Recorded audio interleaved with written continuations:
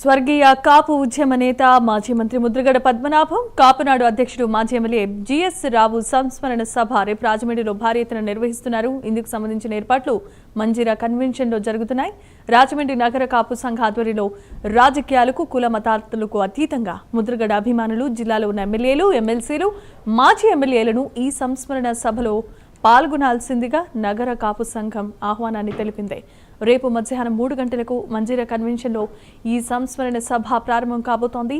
ముద్రగడ సంస్మరణ సభ ఏర్పాట్లను మాజీ ఎమ్మెల్యే జక్కంపూడి రాజా పరిశీలించారు. రాజకీయాలకు అతీతంగా ఎమ్మెల్యేలు, నాయకులు, ముద్రగడ అభిమానులు ఈ సభకు హాజరవుతారని ఆయన తెలిపారు. రేపు 20వ తేదీ సోమవారం నాడు మధ్యాహ్నం 3 గంటలకి రాజమండ్రిలో మంజీరా కన్వెన్షన్ హాల్ నందు స్వర్గీయ ముద్రగడ పద్మనాభం గారు అలాగే జిఎస్ రావు గారి యొక్క సంస్మరణ కార్యక్రమాన్ని నిర్వహించడం జరుగుతూ ఉంది. మరి పార్టీలకు అతీతంగా అలాగే కులాలకు అతీతంగా వీరిరువురిని కూడా అభిమానించేటటువంటి వారందరూ కూడా ఈ యొక్క కార్యక్రమంలో భాగస్వాములు అవ్వచ్చు.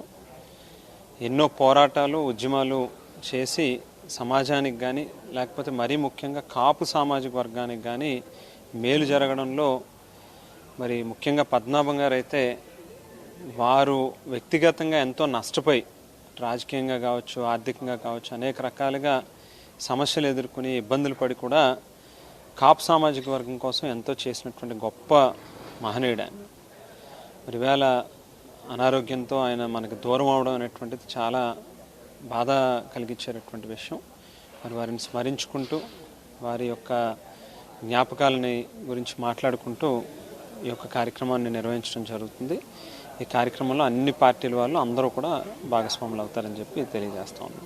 రేపు 20వ తేదీ సోమవారం నాడు మధ్యాహ్నం 3 గంటలకి రాజమండ్రిలో